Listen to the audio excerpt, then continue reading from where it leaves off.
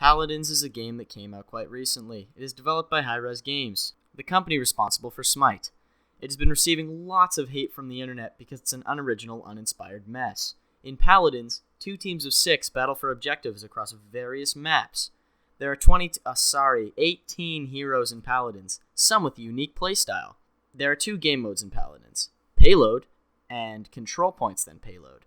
Payload has been used in both Overwatch and TF2, and we've seen it before, we all know what it is. Siege, as they call it, is Hi-Rez's attempt at creating just a smidge of original content in their game by combining 2 elements that they saw in other games. Hi-Rez does this a lot. Look at Smite. It's Dota, but third person. The third person aspect adds the illusion of creative game design, but once you realize it's the same game when it's top down, that illusion quickly fades. Here are a couple reasons why I think Paladins is another shit stain on the feces-ridden pair of jeans that is Steam. Hi-Rez is not a very creative company. In fact, they are so uninspired that they have to look at other games and copy what they do well. Their strategy for game design is, oh, hey, look at this game that's doing well. Let's make a blatant copy, but let's throw in some elements from other games that we didn't create to make it original. What comes out of this process is mainly inbred garbage. For our first example, we're taking a look at this champion named Ruckus. The worst of friends. Jesus Christ, that's a terrible... Right off the bat, we can see that this spastic goblin is a ripoff of Diva from Overwatch, but instead of a cute Korean gamer, likable character, it's a horrendous, annoying goblin. Ruckus uses a variety of explosives to kill his enemies, because pyromaniacal goblins weren't already used enough in games. He has a small shield that blocks projectiles, a rocket boost ability, and 2 miniguns. Notice a pattern? Here's another one. Eevee. She's got a couple of moves as well. She shoots ice, her ultimate is a blizzard, and she literally has a move where she encases herself in ice called Ice Block. Mei from Overwatch has all 3 of those moves, and her block move is also called Ice Block. They didn't even try to hide it with this one. The only thing I can give Hi-Rez credit for is the original character models, but even some of those are ripped out of other games. You literally have a dwarf that shoots magma and builds turrets. Like, where'd you get that, Hi-Rez? Jeez.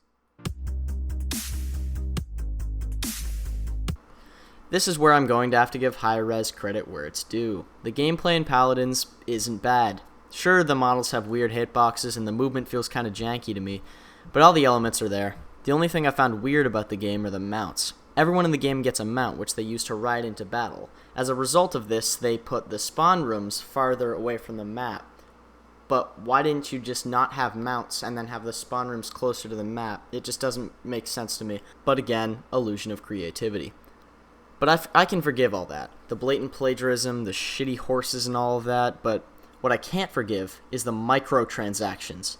In Paladins, there is a card system. You can open cases with real money to obtain cards. These cards literally give you an advantage in the battlefield. We're not talking like alternate weapons like TF2 or something. We're talking raw stats. And some cards are rarer than others. Those legendary cards don't give different effects or different stats or different abilities. They straight up give you more of the same stats as the other cards.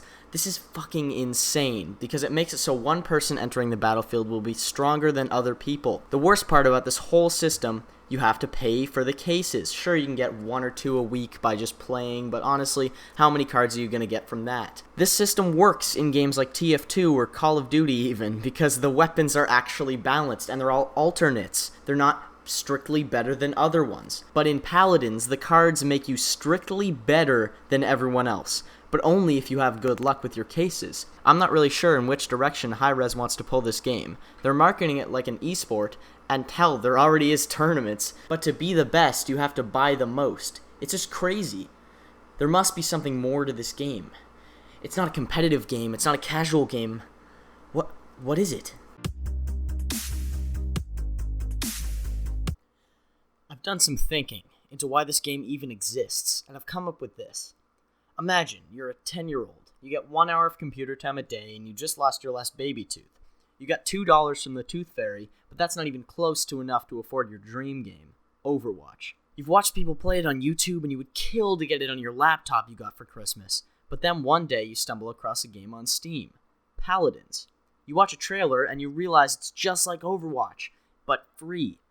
You then decide to play it, and you, being a 10-year-old with your undeveloped taste, think it's the best thing since Minecraft Pokemon mods. See what I mean? This game is directed at kids, or poor people.